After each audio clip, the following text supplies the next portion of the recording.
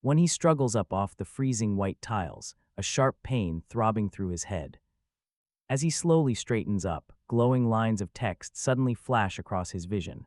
A system has loaded directly into his mind, announcing he now owns a shelter in Doomsday. Apartment room 304, along with a special novice survival gift pack that has been deposited directly into his inventory. Next, his brand new starting talent is randomly drawn, the dreaded D-Class Personnel Simulator, instructing him to check the system interface for further details stating that Doomsday survival is officially commencing. What on earth is this? His thoughts are a chaotic mess, and he struggles to sort through the confusion while opening the interface, which feels wired directly into his mind. The floating holographic menu displays only 4 main sections for him to navigate through now. Personal information, shelter details, trading, and communication. He browses through each section mentally, like flipping pages of a strange, unbidden book.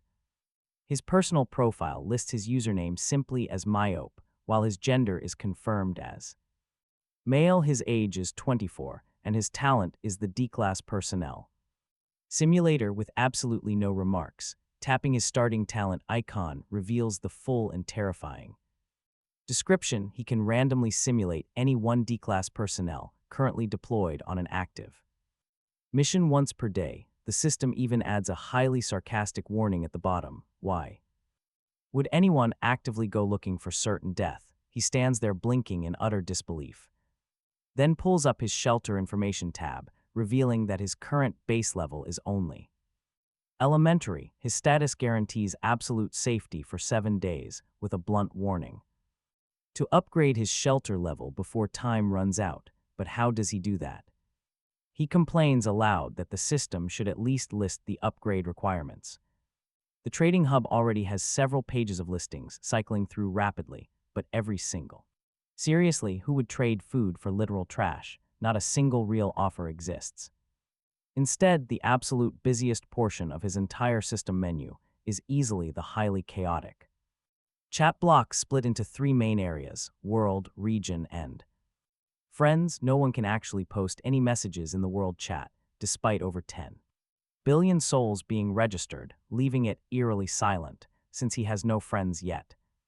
That section is blank. The region counter reads 999,997 out of 1 million, with endless chatter rolling by. How did 3 people die already? Aren't shelters totally safe? They must have gone outside on their own. Terrifying things lurk out there. Someone asks where they are, while another boasts about awakening a system. A skeptic instantly calls him an idiot, stating that everyone has a system. Desperate warnings urge people to stay indoors. One user swears he has read enough web novels to know this is the prime scavenging time. Suddenly, a notification alerts the region that another dozen people just died. Another user replies that safety zones exist precisely because the outside is lethal.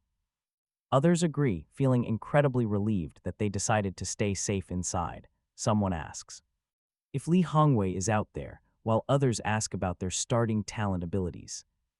As more survivors wake up, the text flood accelerates, forcing him to slow the chat down to read it. Most messages are desperate missing person posts, but almost no one seems to recognize a single person assigned to their massive regional channel. He has no idea how the system filters these assignments. The entire region of 1 million people seems crammed into one zone. Their shelters cannot be very far apart, since he can hear faint, unsettling noises echoing directly through his paper-thin walls. Strange footsteps echo down the hallway. Peering through the peephole, he can only catch a small glimpse of an empty corridor. Outside, thick white mist floats by, with massive shadows occasionally shifting through the fog. He opens the Doomsday Survival Novice Gift Pack, finding a 500 milliliter bottle of mineral water, 1 pound bag of toast, and a kitchen knife with a 30 centimeter blade. This is the total starting gear for his new life. The shelter is only 30 square meters. The entrance opens right onto a sink and a stove, with a bathroom directly opposite them. A sliding door sections off a cramped bedroom, which only has enough space for a single desk, a bed, and one window linking him to the outside world. That is the entire shelter. He twists the faucet bone dry, not a single drop. There is absolutely no water in the bathroom either. The supply is completely cut. The stove has no gas, and the outlets carry absolutely zero electricity. While daylight makes things manageable, nighttime will force him to rely on the system interface just to get some light, but since that digital screen is directly wired into his mind, he is not even sure if it can illuminate the physical world. What now? With such a tiny food stash, he will definitely not last more than a few days. Exploring outside is out of the question. So far, nobody from the regional chat group has returned alive, and even though there are plenty of voices in the chat claiming there is amazing loot out there and encouraging others to go scout, he has not seen a single screenshot to prove any of it. Uncensored pictures, however, are flooding into his private messages like normal. Meanwhile, the total survivor count for this region suddenly drops down to 999,845 out of 1 million, over 100 dead. In under 10 minutes, even if there are incredible resources outside, he has no intention of stepping out. His only real option now is testing out his special talent.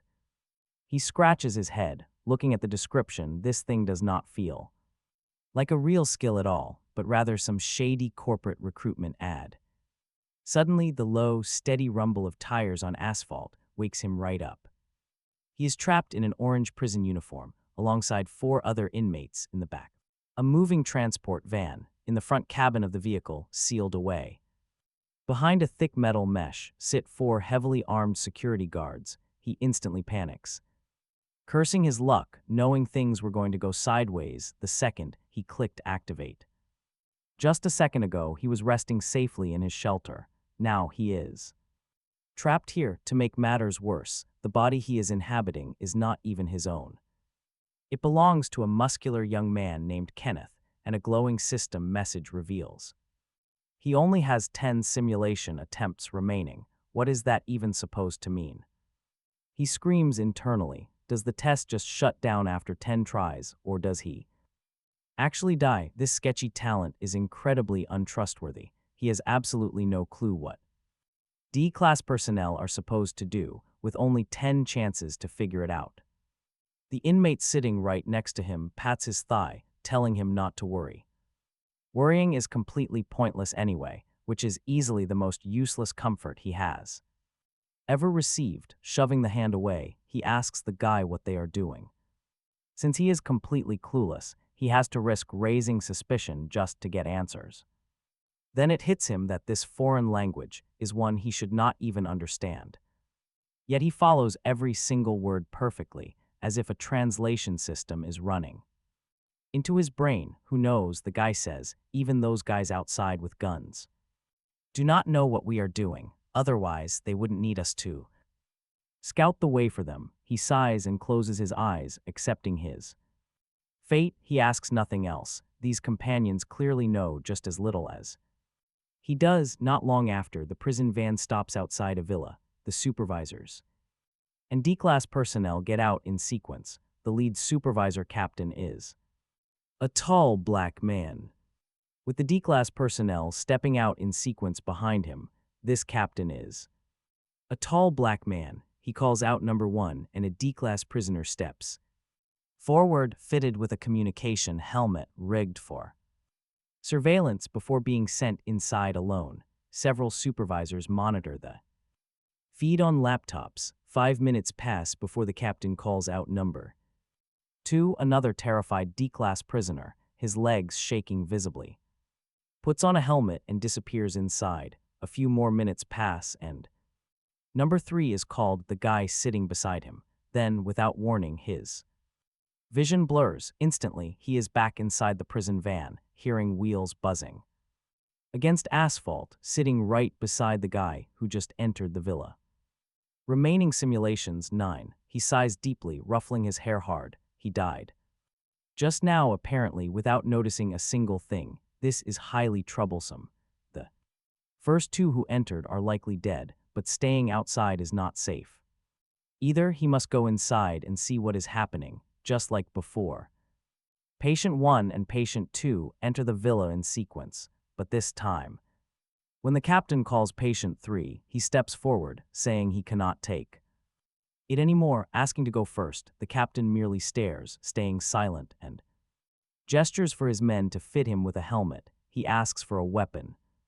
For self-defense, hoping they want him to survive a bit longer. He hopes to get a pistol. He has never shot one, but it cannot be that hard. But a team member silently draws a dagger from his belt, handing it over. He takes it reluctantly, knowing they would never give him a gun, but it was worth trying.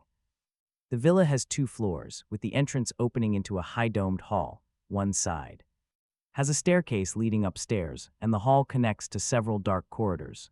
He creeps slowly along the wall, searching by pale moonlight. There his companion hangs, dissected and reassembled like grotesque building blocks, still holding a humanoid shape, but closer inspection reveals absolutely no actual human features, suspended like a sick piece of avant-garde art, with only the shredded orange prison uniform identifying him at all. Panic surges as he takes an involuntary step backward, but behind him, where there should be an empty hall, his back bumps into something. He leaps sideways as if scalded, but his body refuses to obey. At the very last instant, he sees his own shattered body, and then the deafening sound of a pounding heart fills his world once more. Buzz, buzz, buzz, the prison van materializes around him, even across the chasm of time, and knowing that creature cannot pursue him, he cannot calm down. His body is whole again, moving freely, but in less than half an hour he must face the thing that can dismember a body on a whim. Remaining simulations, 8.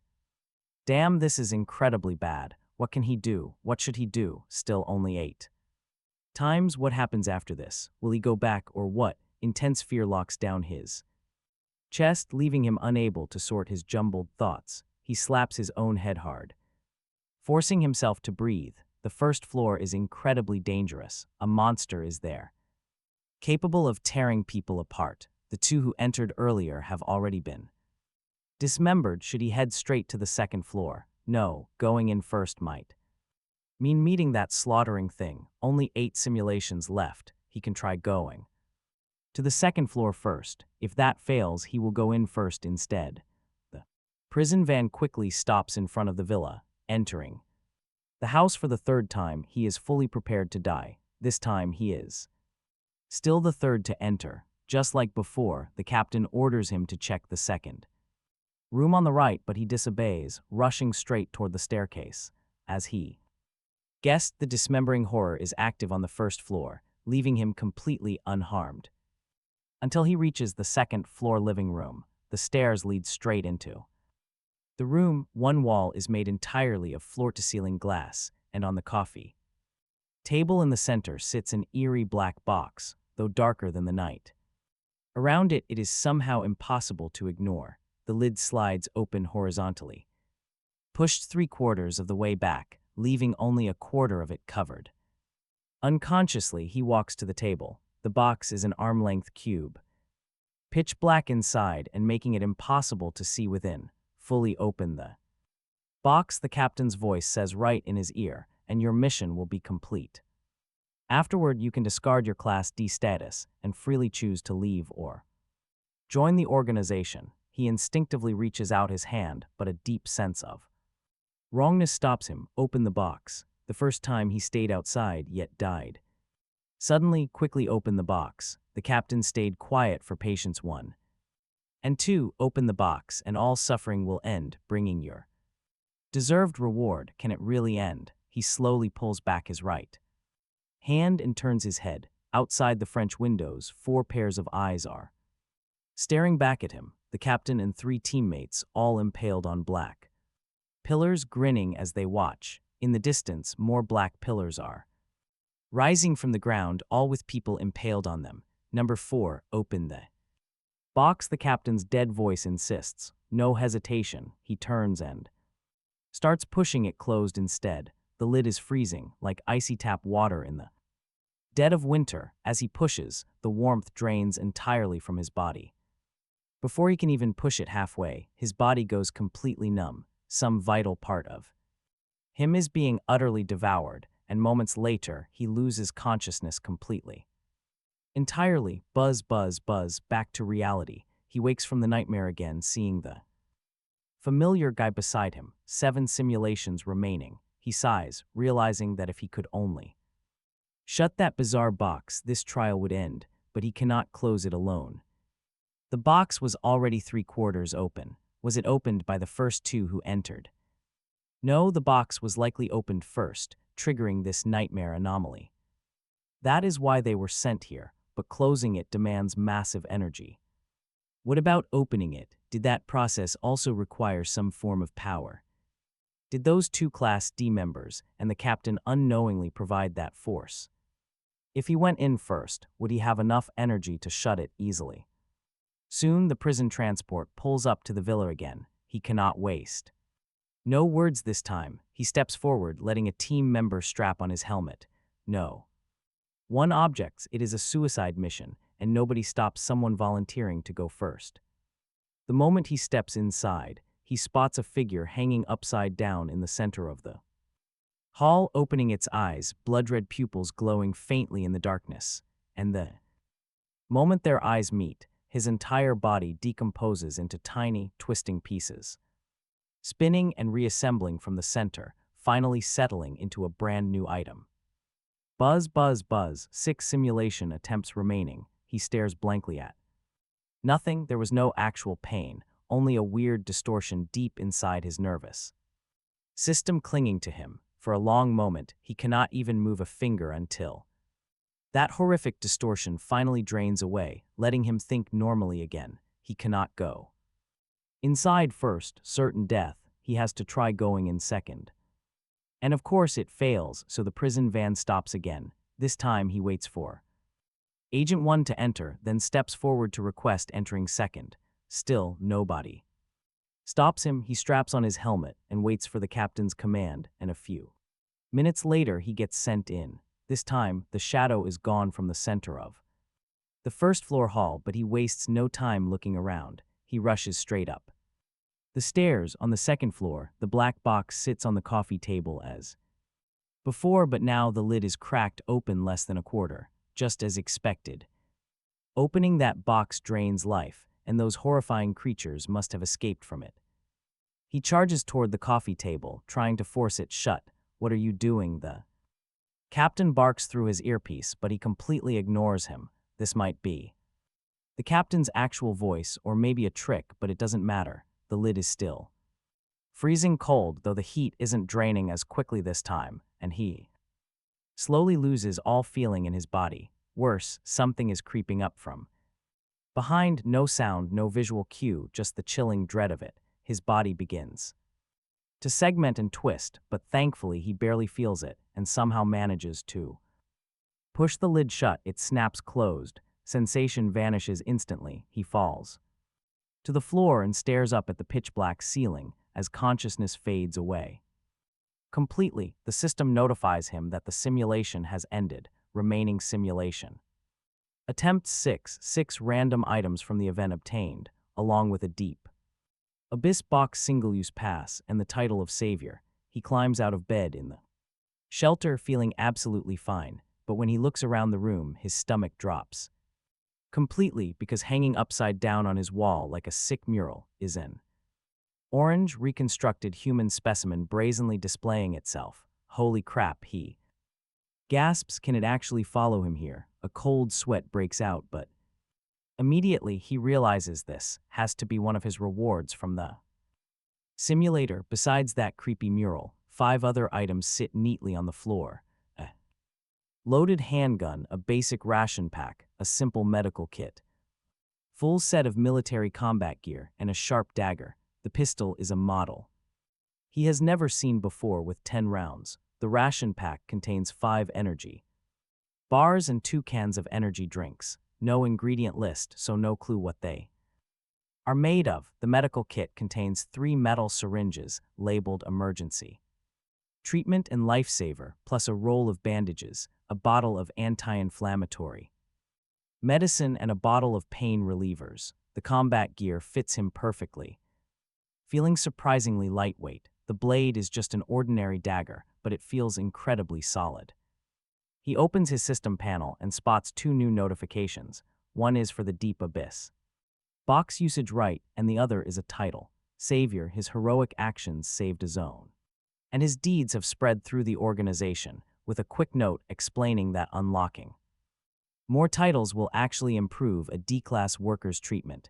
Better treatment, he scoffs. Why not just promote him to C-class instead? He prefers much easier, less stressful work. This Deep Abyss box item allows him to open it once for free, pulling a single item from inside. But there is a warning: the box is highly dangerous, so do not open it casually. This won't spawn some monster.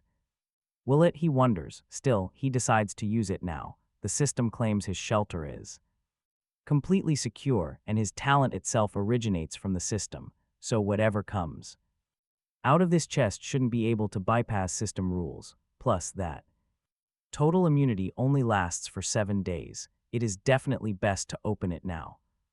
A pitch-black chest materializes right in the center of his shelter, looking exactly like it did back in his simulation. Suddenly, the Deep Abyss box opens on its own, and a wave of truly bizarre objects spills out, instantly filling the whole room. For a brief second, he feels as if he has died countless times in countless horrifying ways, while terrifying, grotesque items pack the entire space.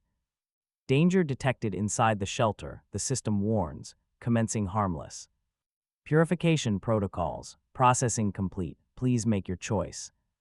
Very quickly, now the room resembles some eerie horror movie basement, completely packed with bizarre artifacts, strange glowing white bottles, plush toys wrapped in weird fur, a creepy penguin with a single blinking eye, and an abstract painting whose weird images he cannot even recognize. Even his own body gets covered in butterfly-like creatures, their glowing aqua-blue wings twitching gently as if ready to fly at any second. Seriously, how is he supposed to choose? Every single item is incredibly bizarre. Even a master appraiser would be guessing blindly here, but he is not in a massive rush. Panic solves nothing. Since he cannot make heads or tails of these items, he decides to just go with something he personally likes. First, he immediately rules out moving things. If they can still move while suppressed, how terrifying were they originally? What if that suppression is temporary and they break loose after 7 days?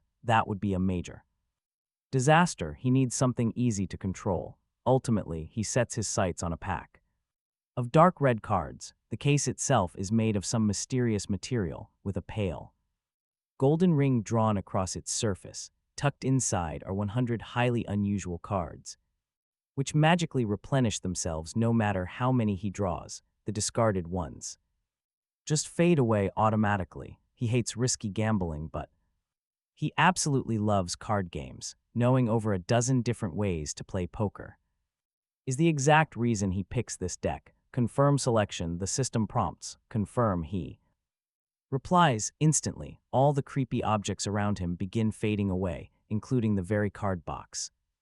In his hands, a few items struggle, clearly resisting, but the system forcibly drags them back into the Deep Abyss box. Finally, the box itself slowly vanishes, leaving a completely empty shelter. Neutralization sequence finalized. The system announces, you have obtained the Abyssal Relic card box. Please draw your daily card. The deck materializes out of thin air right before him. He reaches his hand inside, dramatically yelling his turn to draw. Talk about main character energy. The card texture feels oddly like the skin of some mysterious creature, its back engraved with.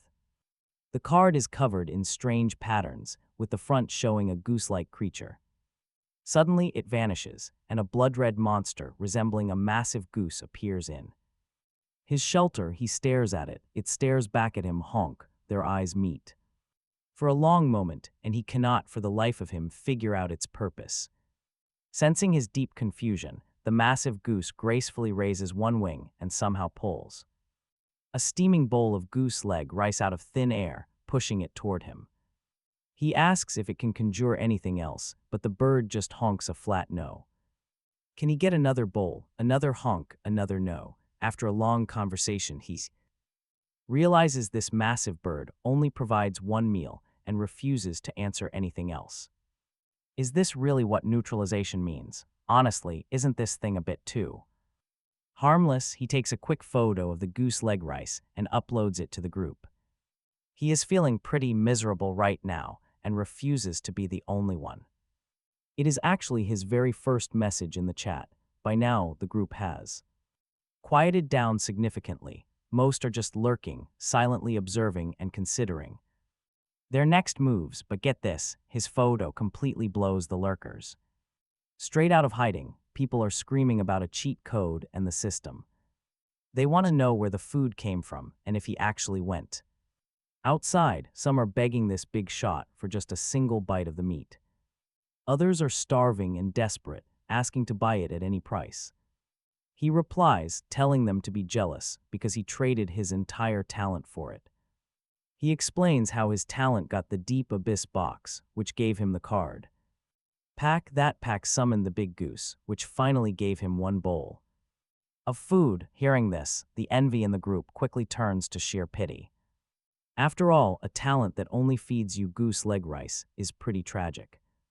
They joke about his useless goose leg talent, but still beg for more. They ask if he can conjure more because so many people are still starving. They wonder if anyone has made it back alive from going outside yet. They ask if everyone has such hilarious talents. He tells them he can only get one bowl daily and might not even get another serving tomorrow. He eats his meal while scrolling through the chat as friends' requests flood in. But he does not bother replying. He notices the time inside the simulation is fully synchronized with reality, but has no clue if his physical body actually stayed in the shelter during the test. He arrived here with nothing but the clothes on his back, which seems to be the exact same for everyone. Finishing his meal quickly, he looks out the window as the sky darkens. Just as he lies down on the bed to rest, a sudden notification pops up. It announces a night activity for labyrinth exploration, prompting him to join. A 10-minute countdown begins ticking. Other players in the chat immediately start asking who is participating, and the desperate answers flood in with obvious yeses. They cannot conjure food and do not dare venture out. They will starve otherwise. Some choose to wait and wish others luck, admitting they are too scared. But while watching them hesitate, he is already sorting through his gear. He is absolutely participating in this dangerous night run. He is easily among the best equipped of all the survivors here. And if he cannot make it back, then nobody stands a chance. He knows at least half of the people participating tonight are going to die. Plus, he still has not found a way to upgrade his shelter. Maybe the key lies in tonight's event. If he misses this chance, he will fall hopelessly behind. One slow step could lead to complete elimination by the other survivors. He simply cannot afford to miss this opportunity. After gearing up, he sits by the bed, watching the chat countdown while idly petting his goose. Big Goose rests quietly in his arms, occasionally preening its feathers with its beak. 1-0. Rubbing his temples, he climbs up off a dark red floor. He is standing in the middle of a corridor with doors scattered along both sides, both the floor and the doors are dark red. As his sharp headache fades, he draws the pistol. Tucked into his waist, the big goose was not brought along, but his weapons and gear are all here. The system states that for the first 3 days of the night activity, the chance of treasure chests appearing is increased, while ranked creatures are less likely to show up, and the quality of chest drops is improved. Plus, the first chest opened by a participant is guaranteed to hold a shelter upgrade blueprint. The event begins. A 2-hour countdown appears at the bottom of the system panel. He assumes the system will teleport everyone back to their shelters. When the timer expires, he aims his pistol at the nearest door, knocking gently. There is no sound inside. He pushes it open. The completely enclosed room holds no living creatures and no windows, just a floor littered with trash, empty beverage bottles. Scraps of paper, broken stones, and a dilapidated table. The bottles and paper are printed with strange characters he has never seen before, yet somehow understands. He picks up some of the trash with text on it, stuffing it into his pocket. Among the junk, he finds a dark red metal coin about the size of a 1 yuan piece, but slightly heavier. One side is engraved with complex patterns, the other features a blood-red eye. He pockets the coin and leaves. The corridor is not long, only about 10 meters, but around the corner is another similar corridor whose two paths split in completely different directions, one to the left and one to the right. He quickly passes several corners, finding more corridors of varying lengths, some ending in forks splitting into different directions. This is an endless labyrinth. If it can hold 10 billion people simultaneously, he can't even imagine how massive it must be. Seriously, how is anyone supposed to navigate this? He does not need to escape, just find the supplies he needs. Half an hour later, he has searched 9 red rooms, finding only a few red coins. Red key in some random trash. Still, no sign of the promised treasure chest mentioned in the system logs at all. After checking a few more rooms, he suddenly finds a locked door. It looks identical to the others, except for an additional red lock. It blends so perfectly into the wood that he almost missed it.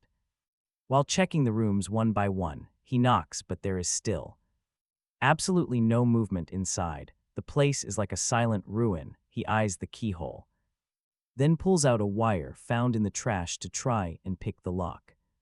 After a minute of struggling, he gives up and uses the red key instead, which immediately vanishes.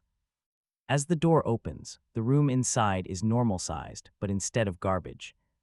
Inside a dusty warehouse, most of the shelves sit empty, but he spots a few leftovers.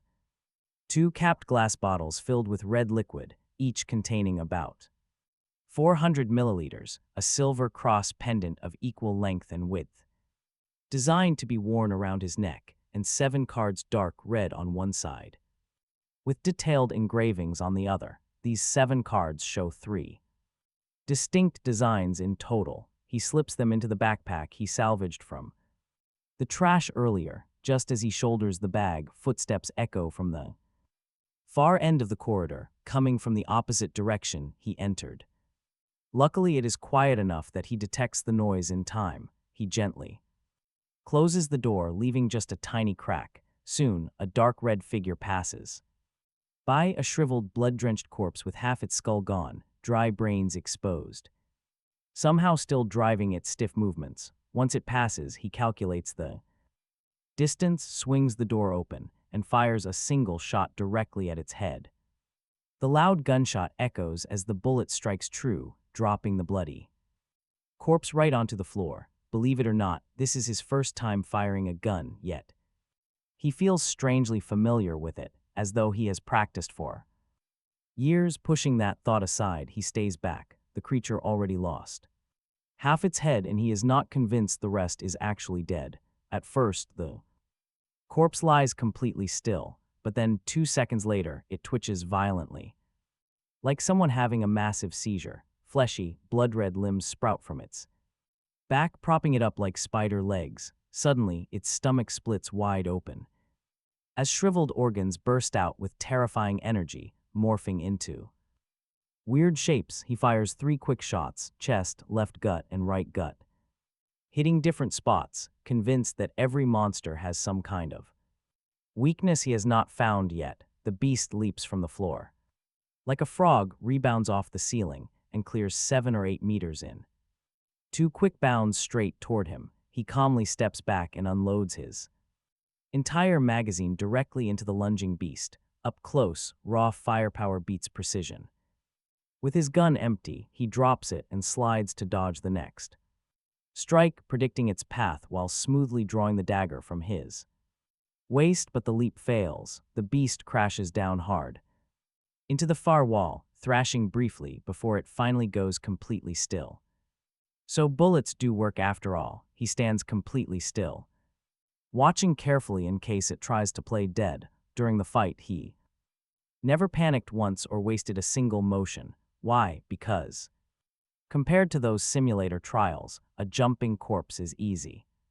Minutes pass before he slowly approaches. The creature has lost all human shape. Now leaving nothing but a mess of flesh, he draws his dagger to dissect the remains, studying the mangled, jumbled flesh. At first, he wonders how this thing could even move, but he soon lets it go and begins analyzing the bizarre tissue mutations. 10 minutes later, he sheathes the blade with satisfaction and moves on, finding a key ring with 5 identical red keys left on the corpse. These keys seem to be credentials for doors, having little to do with actual locks. After this discovery, he stops wasting time checking unlocked rooms, since most contain nothing but garbage. If something actually drops, it is just a couple of coins. 1 key per chest. He must locate a treasure chest immediately. He needs those upgrade requirements now. He speeds down the dark corridors.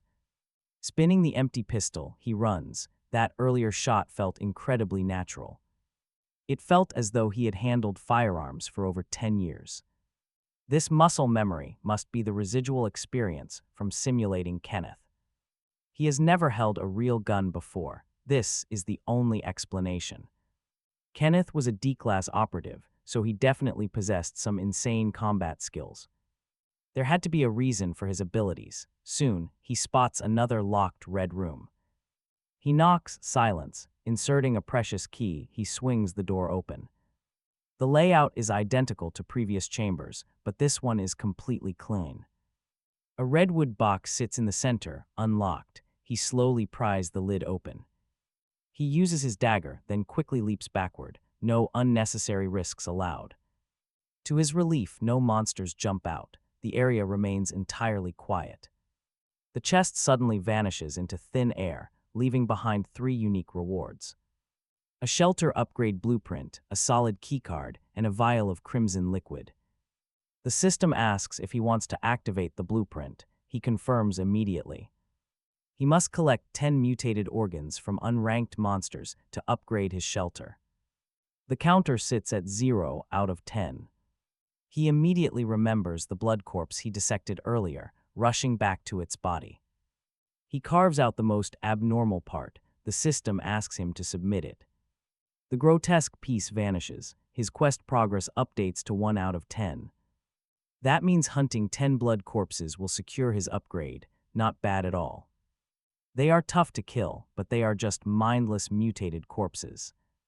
Now that he knows their patterns, he will not waste his precious bullets. Even so, fighting a blood corpse with just a dagger is extremely risky. He decides to activate his talent tomorrow to stockpile more ammunition first.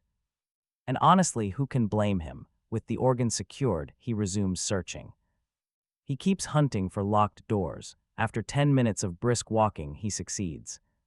He finds another room, and this one also contains a redwood chest. When he cracks it open, he finds only fresh bread and mineral water inside. The contents are totally different. Chests must come in various specialized types. He packs the food into his secondary bag, glad for the extra supplies.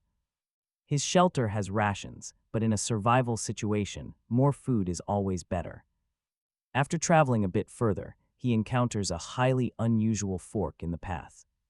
A straight corridor stretches ahead, completely devoid of any doors or side rooms. The long, dark red hallway seems endless. Drawing his dagger, he creeps forward. After walking nearly 1,000 meters, he finally reaches a set of double doors. Could a terrifying boss be waiting on the other side? Taking a breath, he slowly pushes them open. Beyond the doors lies a massive square hall with another red exit directly opposite. To his left is a wooden mahogany door, and to his right is a metal entry. The dark red metal door is locked tight. He slowly approaches the wooden door first. A prompt asks if he wants to leave the maze early. He declines immediately. There is no immediate danger. he walks over to the metal door and gets another alert. This is his first special room. The padlock clicks open automatically. The metal barrier vanishes. The door swings open, revealing a plain red room. But unlike the other areas, a dark red platform stands in the center, holding a glass bottle. Inside, an eyeball floats in the dark red liquid. He quickly grabs it, slides it into his backpack, and carefully sweeps the entire room to ensure he hasn't missed any valuable loot before pushing open the double doors to another identical corridor. He glances at the timer. 20 minutes left. He was conserving stamina in case of monsters, but now he must run. He sprints quickly through the corridors. With only 5 minutes remaining, he finds another locked room. Inside, he discovers another mahogany chest waiting. Inside the container are several bottles of red liquid, some hard cards, and a special red metal key that is clearly and completely different from standard keys. Key to open special rooms. He quickly packs everything and keeps moving. He desperately explores nearby rooms, but the countdown is nearly out with no time left. He grabs a few red coins from the trash. Suddenly, footsteps echo. But the timer hits 0 just in time, sending him straight back to the shelter. Only 994,000 remain. Over 2,000 people died in a single mission, a complete tragedy. In the maze, all communication was blocked. So the moment the trial ends, the group chat instantly explodes. One player screams about being trapped by a zombie for 2 hours, terrified out of his mind. He barely made it back, thanking his lucky stars he ran fast. Did anyone find any treasure chests? Most users sadly admit they only managed to recover some red coins. With mysterious potions and a shelter upgrade blueprint, everyone wants to know how to upgrade, begging for details, but the blueprint is a strict personal requirement, making many survivors deeply relieved they decided to stay behind. Blueprints are only guaranteed during the first 3 days, after which drop rates plunge. With the chat settling, someone asks if anyone knows where they can obtain mutated organs. As the chat slows down, he uploads a screenshot of himself harvesting a mutated organ. The chat instantly notices, "Hey goose leg guy, why are you posting raw meat pictures instead of selling food?" Then someone realizes he actually killed a massive zombie. He is an absolute legend. While others are too terrified to even step outside, this beast is already slaying monsters. One keyboard warrior brags that killing them is easy with a headshot. Others mock him immediately, asking if he seriously thinks these are just slow, trashy movie zombies. A fit survivor explains that these monsters are truly terrifying. They run incredibly fast, hit hard, and survive even after their heads are crushed. They can deform, wiping out thousands of skilled players who dared fight. Surviving required serious luck and top-tier talent, otherwise they would have been dead instantly. The chat deeply agrees, knowing that even those who avoided combat faced absolute, terrifying danger. Even experienced fighters died out there, proving that these monsters are extremely and brutally tough. He interrupts, telling them to hold on for crucial files. Instantly, the massive chat of almost 1 million desperate players falls completely silent. It is not because he has authority, but because this data directly impacts their survival, and nobody wants to die. He quickly drops the entire file. This is life and death, and nobody wants to die, so he sends over the critical data. He breaks down the maze info into the simplest form, so even clueless survivors can understand. He explains what steps to take next, adding a quick warning about his own battle. He notes that the mutation organ seems to be the critical weak spot of these beasts. While he eventually landed a fatal blow there, he also fired 10 shots in total. So the monster might have just been worn down, meaning everyone needs to tread carefully. The chat goes wild with praise, thanking the master for sharing such vital intel. They wish him well, though many complain that gathering 10 blood courses is way too hard. Others are just baffled, wondering where on earth he managed to get his hands on a pistol. One guy laments that if his own talent only gets him goose leg rice, why not a gun? He laughs, thinking that a talent for trading goose leg rice actually sounds pretty amazing. Next, he posts a new trade offer, listing some extra bread and mineral water. Stock is limited, so anyone interested needs to DM him with red maize products. The highest bidder takes it, though he honestly admits he does not know their true value yet. He tells them to decide for themselves if the trade is worth it. Some jealous losers complain that the big boss already has extra food to trade away. They whine that he should be sharing his extra supplies with those who are starving. He does not waste any time arguing and instantly blacklists those annoying freeloaders. This block prevents both parties from ever seeing each other's messages or trades again. It is a win-win, saving him from headaches while they stop stressing over his success. Besides, he has absolutely zero intention of doing business with toxic people anyway.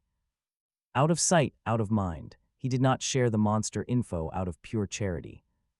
He wants to help survivors stay alive, sure, but he also has his own goals. Fame and fortune go hand in hand, and building a powerful reputation is key. Once his name is known, everything he does next becomes 3 times easier. He will not have to struggle as long as he keeps providing reliable tips. They will naturally call him Goose Leg Bro. He lies back on his bed to filter through the flooded inbox of private messages. His giant goose snuggles up close, resting its head gently against his arm. It drapes a warm wing over him like a blanket. He makes several transactions, knowing those rare items will soon skyrocket in value. Rare drops will only appear as chest quality improves, unlike basic bread and water.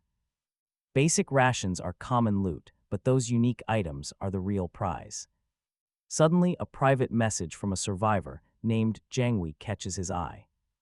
He receives an unranked mutation, weapon blueprint. It requires 1 to 5 mutation organs, though more materials do not guarantee strength. No sane person trades a weapon blueprint for food without a hidden motive. He suspects this guy wants something far more valuable than a quick meal. He asks what the man wants, and the guy replies that getting in touch was tough. No wasting time, the guy gets straight to business. They formed a group called the Mutual Aid Society, packed with powerful players. Their leader wants him to join, but he immediately rejects the offer, wishing them luck. The recruiter begs him not to rush, promising a daily supply of blueprints if he joins. He gets curious and asks what kind of catch is attached to this sweet deal. The recruiter says it is simple, he just has to share his secrets with them first. They want exclusive access to the valuable intel he just posted for free today. If he joins their group, the Mutual Aid Society will reward him handsomely. They would profit from his information and merely throw him a small cut. When asked if people might die from this, they call it normal business. Those who do not contribute simply do not deserve to get information. The protagonist agrees but flatly refuses their offer, closing the chat window immediately. After cutting ties with Jangwi, he continues trading on his own terms. He could easily build a rival organization, but there is no need. Besides, the Mutual Aid Society operates on a scale far too small. If they want to save people, they should rescue all of humanity. For him, petty short-term profits do not matter in the slightest. They cannot offer him what he truly wants. Meanwhile, a hidden chat begins. Jangwi informs his mysterious chairman about the refusal, receiving a disappointed reply. The leader, known only as Wuming, suspects the protagonist possesses powerful talent. With that kind of strength, their organization could have expanded much faster. Jangwi asks if they should hire people to smear the protagonist online. They could easily claim his maze guides were full of dangerous lies. Wuming immediately shuts down the idea, wanting to keep accessing his guides. Even with smaller margins, they are still making a massive fortune. There is absolutely no reason to pick a fight with him now. Targeting him right after an invitation would make their guilt too obvious. Jangwi agrees and asks if their exploration teams have returned yet. Wu-ming listens as Jiang Wei admits that most of their scouts died instantly. Only a fortunate few survived for even a couple of minutes outside. Wu-ming calls off the search, realizing they must stick to the maze. Back in his shelter, the system prompts him to draw today's card. Waking from a deep sleep, he excitedly prepares for his daily draw. Jumping out of bed, he eagerly initiates the card-drawing ritual with high expectations. The card dissolves to reveal a striking, blood-red cat standing there. It leaps sleek, fast, and landing right on his bed. Purring softly, the feline curls up right against his leg. For a second, he enjoys the simple comfort of having a companion. But this is no ordinary pet, it offers a brand new buff. He jokingly wonders if this mystical feline is actually meant for dinner instead of snuggling. Instead, the system alerts him to a massive new card draw boost. He can now pull a temporary item right before starting any action. Not bad at all, but he wonders what exactly qualifies as an action. The cat only purrs lazily, offering absolutely no clues to its master. Just like his other summon, its ability to communicate is pretty limited. After a quick breakfast, he activates his daily simulation talent once again. He copies a D-class worker named Larry, obtaining a strange abyssal egg. With 10 attempts left, he suddenly wakes up inside a prison transport. Honestly, at this point, getting arrested has practically become his daily routine. Back on his home planet, he only visited stations for basic paperwork. Now he occupies the body of Larry, a buff 50-year-old powerhouse. Overflowing with raw physical power, he feels strong enough to effortlessly crush his old self. Death is always close. The system has quietly slipped the abyssal egg right into his pants pocket. It is the size of a quail egg, feeling somewhat like a peeled, cooked chicken egg. He squeezes it, finding it surprisingly tough and resilient enough not to crack in his pocket. Anything connected to the abyss always gives him a bad vibe, and honestly, he has absolutely no idea how to use it. This time around, he has only 2 teammates. But 4 supervisors remain. The other 2 D-class guys look formidable. Just like Larry, before long, the prison van stops near a massive tunnel entrance. Our guy steps outside. The guards keep the transport van far back from the entrance, clearly terrified of getting anywhere near the ominous structure. "Number 1, you go first," the captain demands. He is a stern, unapproachable white man who clearly tolerates no hesitation. The other 2 prisoners stay frozen, unfortunately for our guy. He is number 1 today, meaning nobody else is going to scout ahead for him. He steps up and lets the guards strap a helmet on. "Can you give me a weapon?" he asks as usual. The guard glances at the captain, who gives a nod. Before handing him a sharp waist dagger, gripping the blade tightly, he approaches the dark tunnel. It is a massive semicircular tunnel, 20 meters wide and 10 meters high, with bright overhead lights exposing every single corner. He sticks to the right side as he enters. No people, no vehicles, just an endless concrete corridor, stretching into absolute mystery. After walking for about half an hour, he encounters absolutely nothing. There is no sound from his headset and the tunnel. Only curves without ever branching. He can only push forward. The threat level seems pretty low this time, he thinks. He has been walking for half an hour without seeing a monster, unlike last run where he died repeatedly. By now, suddenly, the entire world goes black as if every light died. He freezes in place. It is pitch black with not a single ray of light or sound except his own heartbeat and heavy breathing. After waiting in vain for the lights to return, he hesitates before taking a cautious step. That step instantly triggers the lights. The entire tunnel flashes back to life, squinting hard. The blinding glare forces him to shield his eyes, just as his vision clears.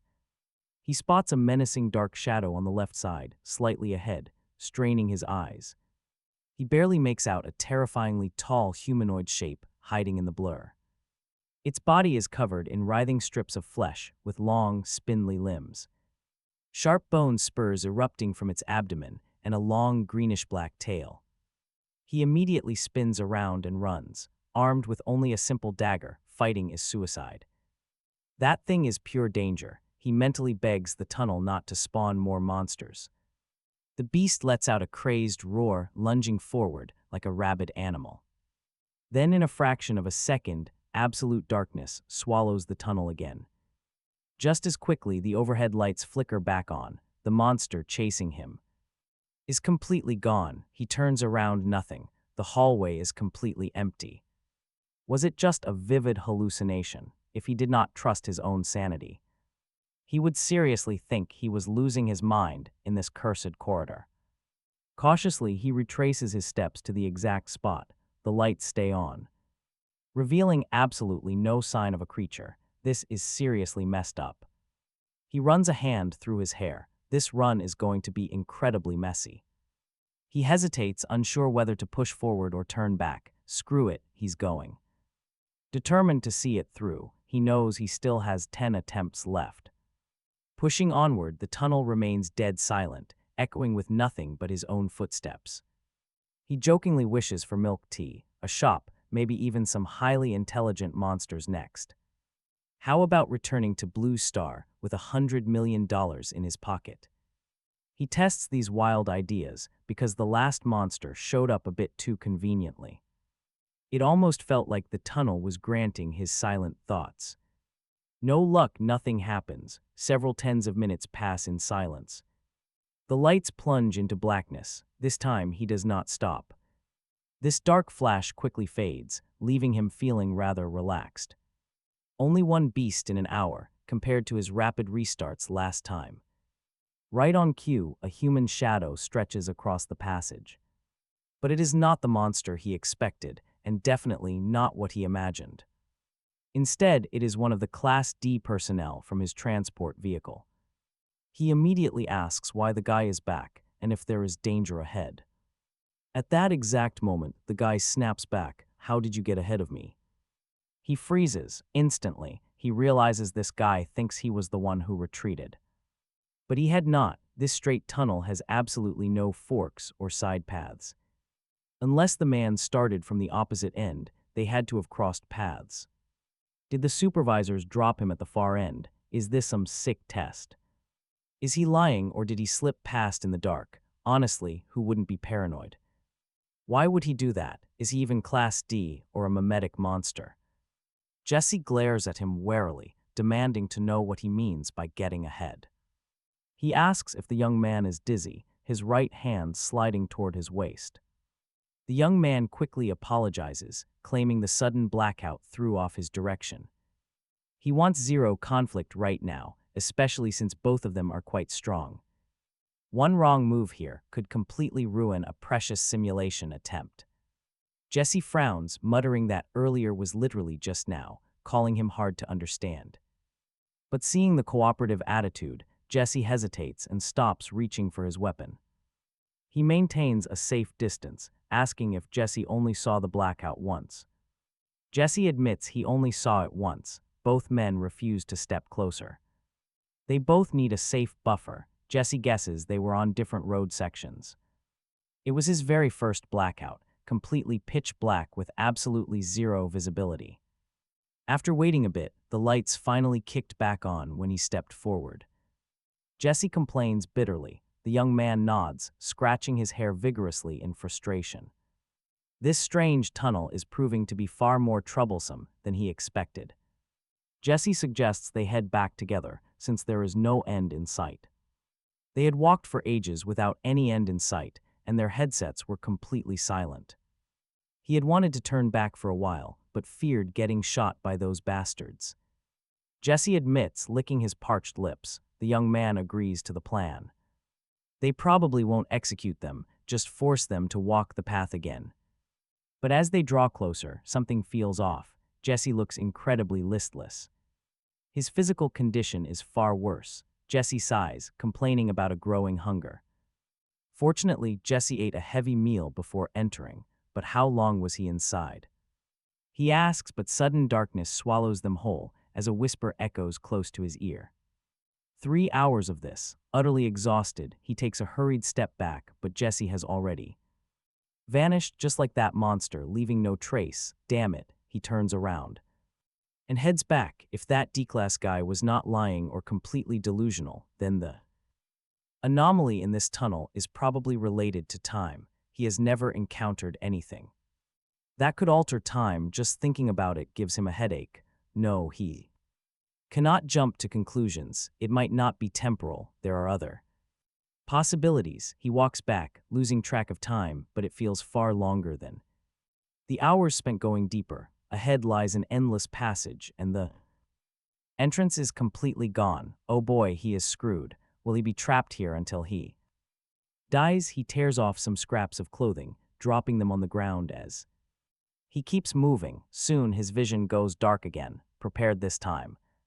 He takes a step forward. A figure appears diagonally ahead, the other D-class personnel. Why are you turning back? Patient number 3 looks at him, strangely sensing that the man in front of him is a bit off. Which number were you to enter? He does not answer, instead posing his own questions.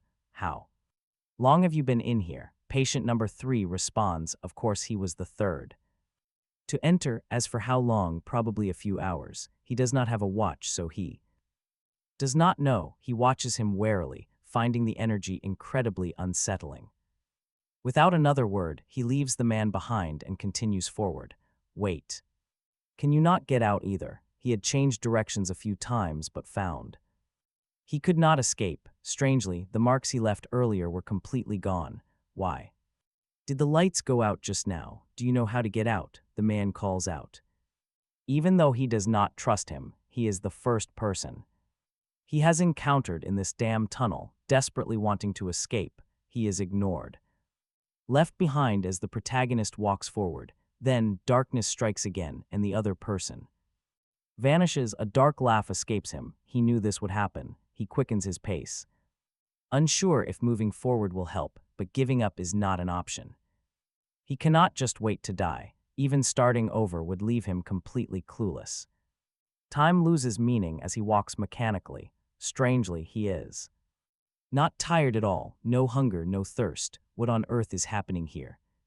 He mutters, feeling bizarrely cheerful as his speed grows faster and faster. After what feels like ages, the tunnel goes dark again.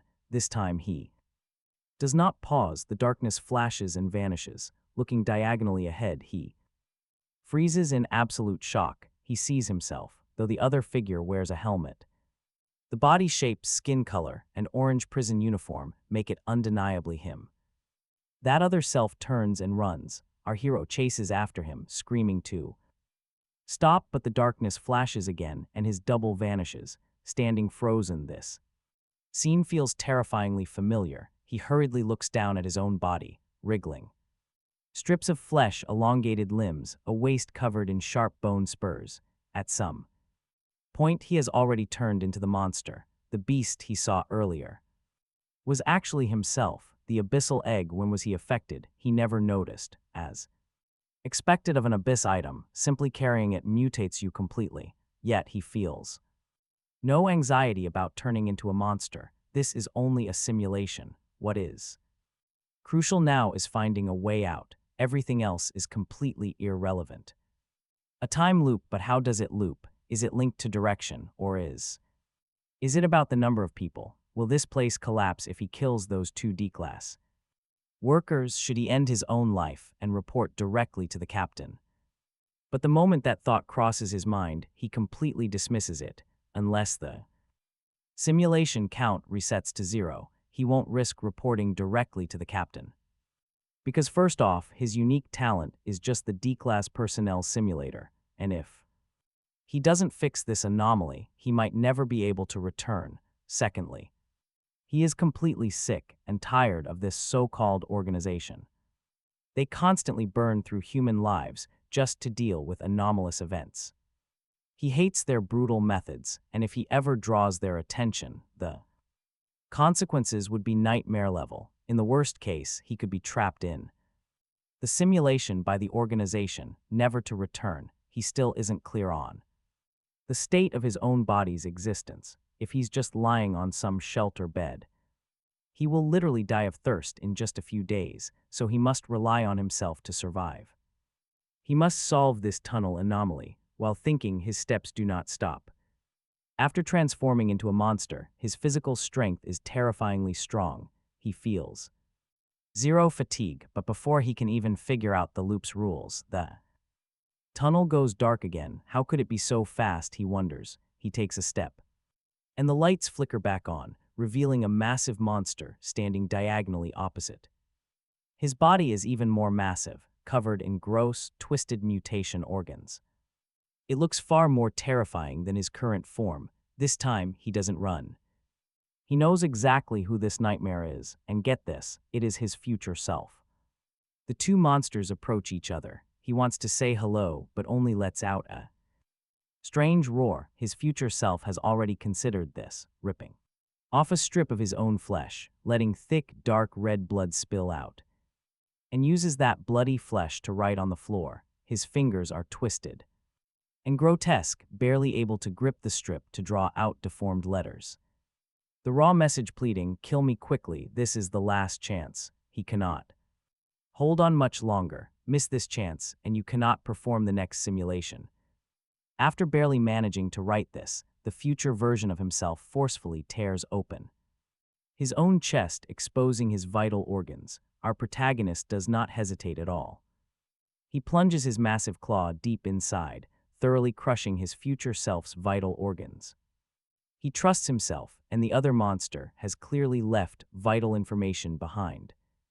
Either way, killing him allows him to start the next simulation.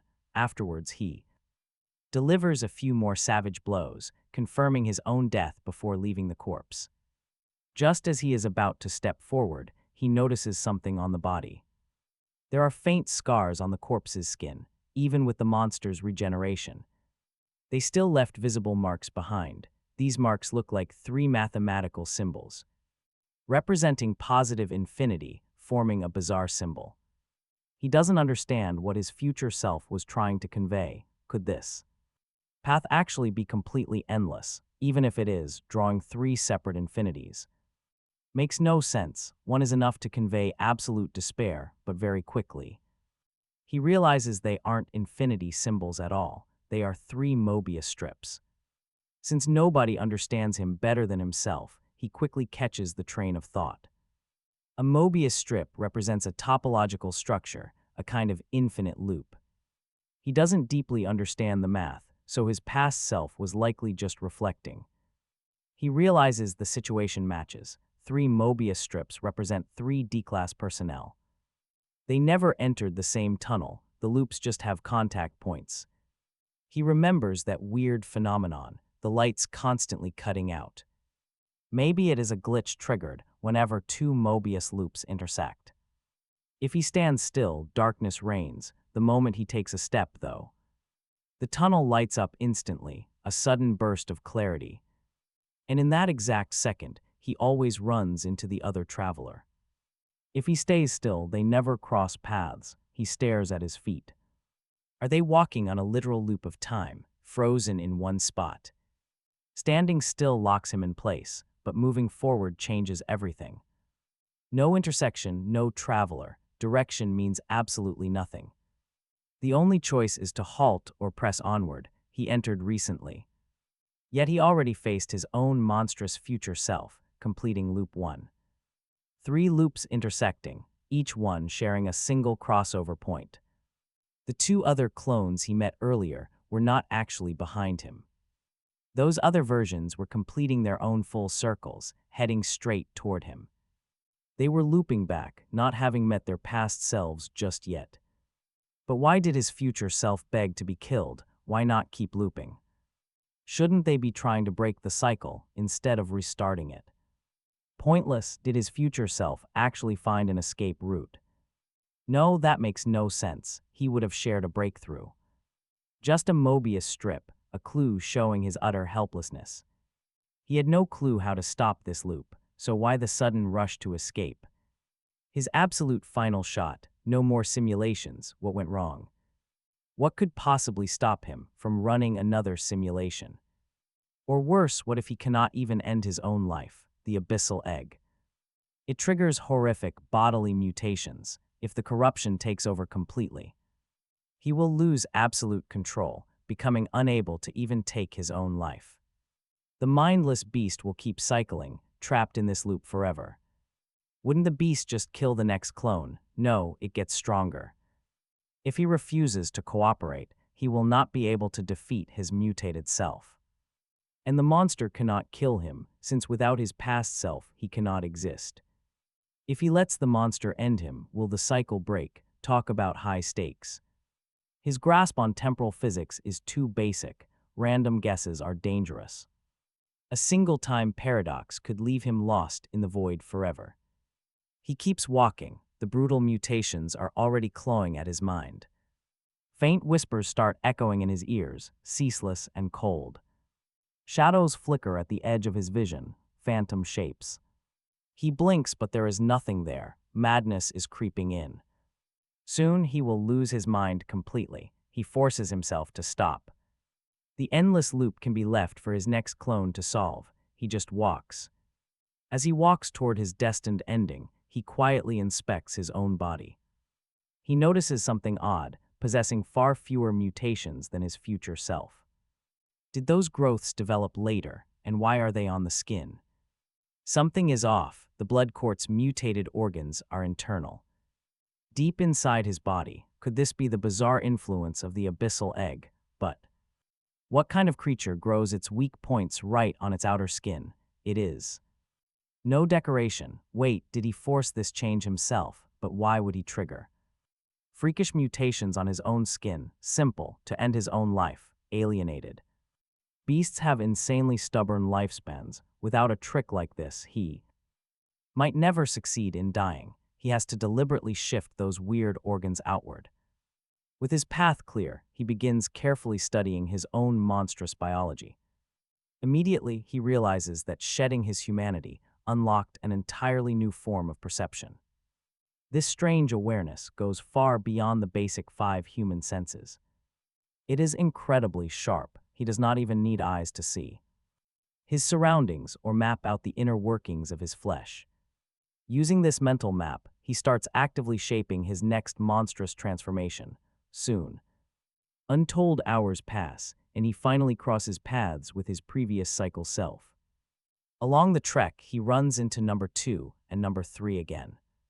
And honestly, looking at how terrifying he has become, who wouldn't run?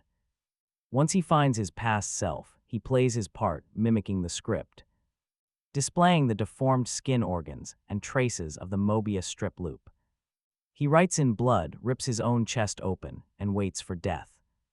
Everything goes smoothly. It is the predetermined end, but by now he can barely control his own muscles. The Abyssal Egg possesses its own mind, and it actively blocks any simple attempts at taking his life. Tearing open his own ribs was his absolute limit. Earlier, he had channeled every drop of power into his chest, forcing a deformed heart to grow. This twisted organ is now his ultimate weakness. Through this intense simulation, his knowledge of monstrous mutations reaches a whole new level. He even begins wondering if he should mutate his actual physical body. While he dreads becoming a mindless beast, he deeply craves that overwhelming power. After all, the human frame has strict limits. No amount of training can truly smash through that ceiling. You just get closer to it. Honestly, who wouldn't want to shatter their biological limits like that? In truth, calling it a mutation is wrong. This is raw evolution. An upgrade to his entire being, though it demands absolutely perfect control. Step over the line by even a millimeter, and you turn into a brainless monster, permanently warping both your physical shell and your mind.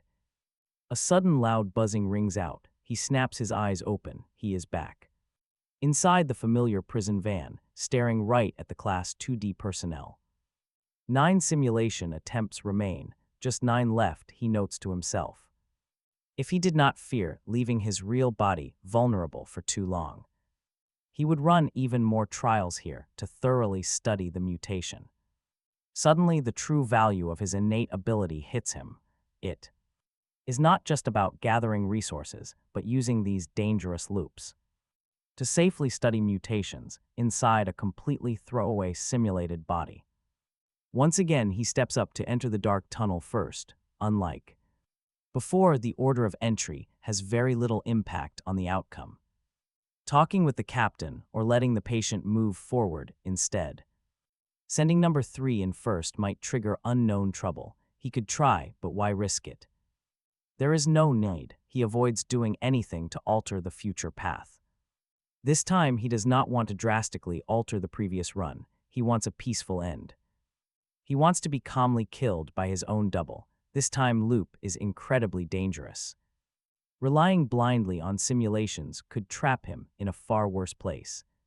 He might end up in a state where even ending his own life becomes completely impossible. Using this single run is his only chance to figure out how to break the endless loop. He decides not to throw away the Abyssal Egg, even though it is pure trouble. Discarding it might cause unpredictable chaos, while keeping it ensures his mutation.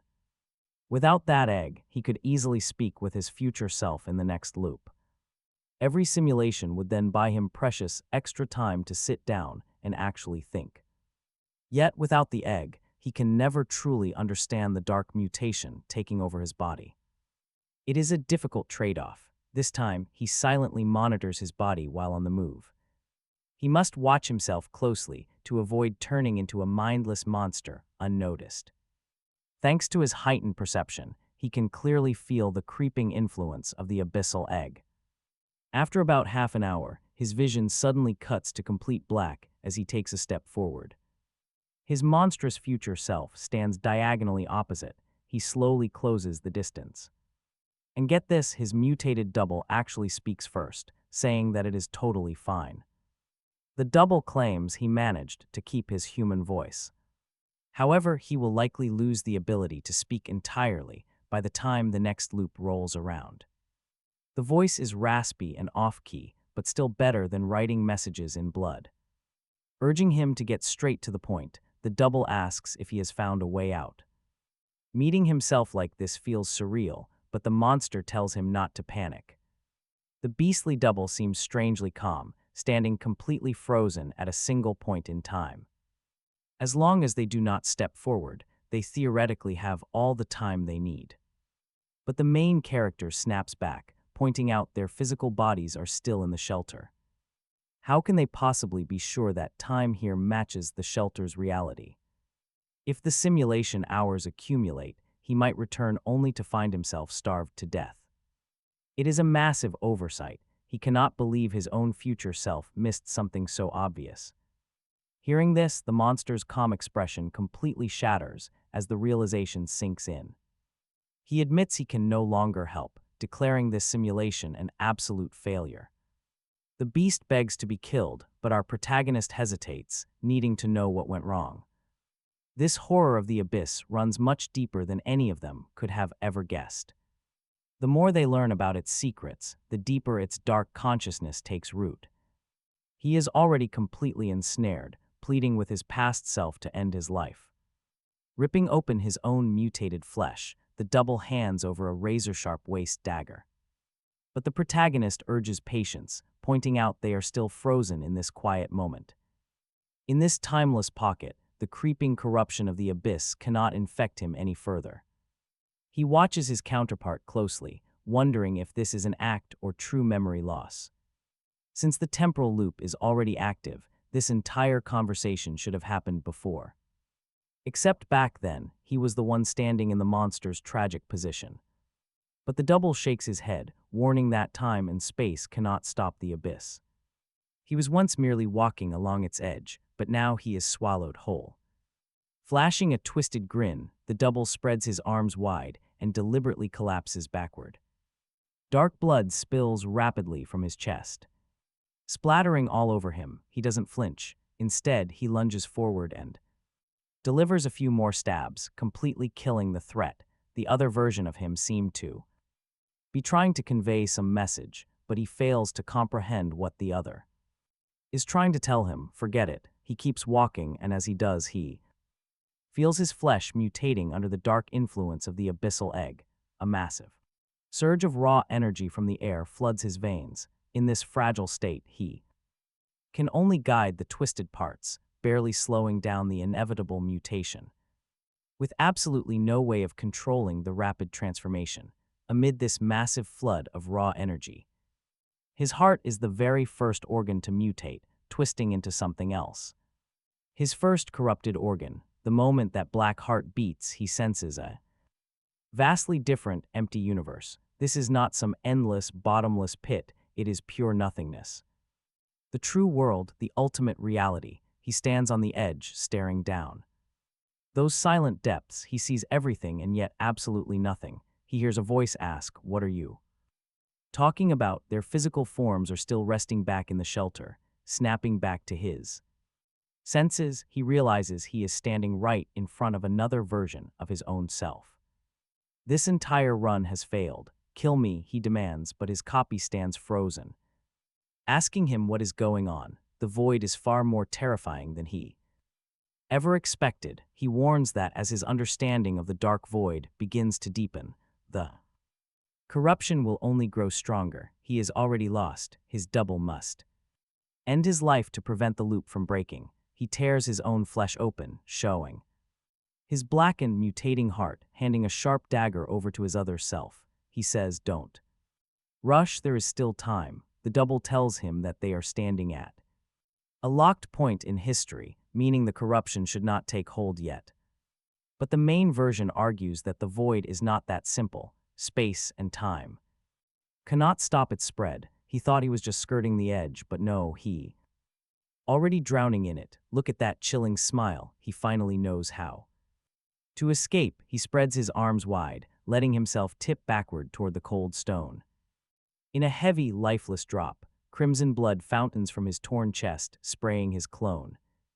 The body hits the ground, and his consciousness falls back into the dark. A loud buzzing rings out. He snaps his eyes open, finding himself right back beside patient number 3D. He has only 8 simulations remaining. The simulation did not end. Does he need to escape this place alive, or must he cleanse the corruption? Ultimately, it doesn't matter. He finally has a plan.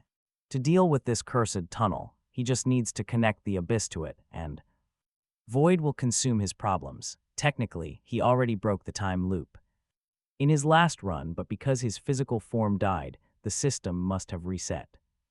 This time, his only goal is survival. All he has to do is hand everything over to the dark abyss. Talk about completely throwing sanity out the window.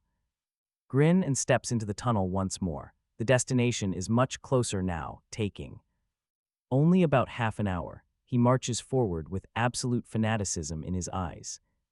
A manic frenzy that infects his entire physical body like a fast-moving, toxic virus, causing his body temperature to spike by 2 degrees. The sudden fever melts away his final remnants of sanity. Absolutely mad thoughts now take over his mind.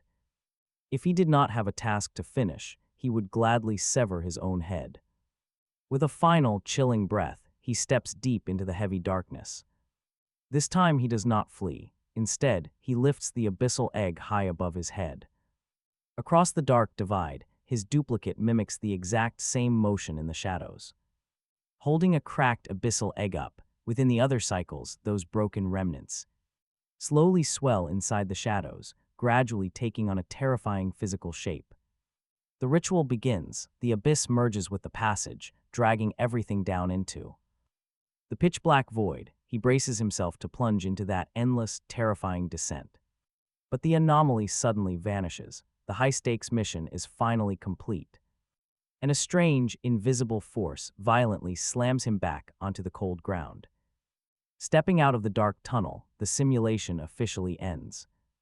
8 simulations remain. He obtains 8 random event items and a precious time. Rule fragment along with the title, plunged into the abyss, residue detected. In the shelter, processing complete, he obtains the gate of the abyss. He wakes up in his bed, head groggy, like he just survived a long nightmare, unable to tell where he is. A red cat leaps right onto his lap and warmly rubs against him. He is back in the safe shelter. It is over. It takes a solid 30 seconds to fully process his surroundings, and remembering those terrifying simulation memories makes him shiver. To him, that Feeling of losing complete control was pure nightmare fuel, without a safe shelter. He would still be trapped in that broken state, best to forget about it now. There is no point dwelling on the past, time to look at his new rewards. But get this, he completely ignores the creepy new door on his wall. Pretending it is not there, his luck was pretty solid this run, despite the danger. He survived the tunnel with 8 simulations left, netting him 8 rare items. He lines them up across the floor, a fully loaded handgun. Emergency food, a basic first aid kit, 4 strangely familiar. Mutated monster organs and a dark, egg-shaped artifact. He opens the system. To turn in those 4 organs, pushing his shelter upgrade quest. To 5 out of 10 progress, he quickly sorts the remaining loot, placing everything neatly in the corner of the room with his older gear. Then, he sets the creepy Abyssal Egg right outside the sliding door. It might be harmless now, but he still refuses to sleep in the same room with that thing. 3 notifications gleam on his interface: the time fragment, the abyss gate, and his prestigious new title. He slowly inspects them one by one. The time rule fragment can merge directly into his talent to unlock brand new powerful traits, with a note saying, the precious fragment is highly compatible with his special talent ability. The system asks if he wishes to initiate the integration. He mentally confirms it, saying yes, and opens his personal status screen to see how his main talent has evolved. The D-Class simulator can randomly copy any active D-Class personnel currently deployed. On death, time itself winds back, granting him 1 shot at a reality simulation. The system note jokingly asks why anyone would actually actively seek out death. Talk about a massive upgrade. Happiness really does hit you fast in this game. This new effect is arguably even crazier than his original survival talent itself. Even with only 1 charge per day, that is more than enough. It acts as the ultimate safety net. Unless it is an inescapable trap, he can cheat death and walk away breathing. If he uncovers more of these rare time fragments, who knows? This allows him to increase his daily uses. He clicks on the new title. The screen notes he once escaped the abyss only through external help. It also warns that he has caught the eye of abyssal entities. He is left speechless. Next on his list is the Abyss Gate, a passage to the deep. Opening it invites dark creatures to visit. They can become guests in his shelter, and preparing favored gifts yields rewards. He stares closely at the dark door, hesitating to touch it. Ultimately, he decides to walk away. Sure, the shelter is safe. But what if these mysterious visitors simply refuse to leave afterwards? That absolute protection only lasts 7 days, and then he is done. Checking the time, the simulation only took a few short hours. Outside, the thick morning fog still completely blankets the entire area. Weird sounds echo near his door, but nothing is actually visible. He grabs a quick snack and a water bottle, opening the interface. While eating lunch, he begins scrolling through the community chats. Instantly, a massive flood of messages and weird photos loads in. On closer inspection, these are shocking photos of physical mutations. One guy brags about his hardened arm, claiming he can crush zombies. Another boasts his mutated leg is powerful enough to shatter bone. Desperate survivors beg the top players for any spare mutation cards. They offer precious food and high prices for that strange red liquid. Some call out to popular players, asking if they have mutated yet. One user panic posts after accidentally mutating his own internal organs. It was a rare card, though nobody knows what it actually does.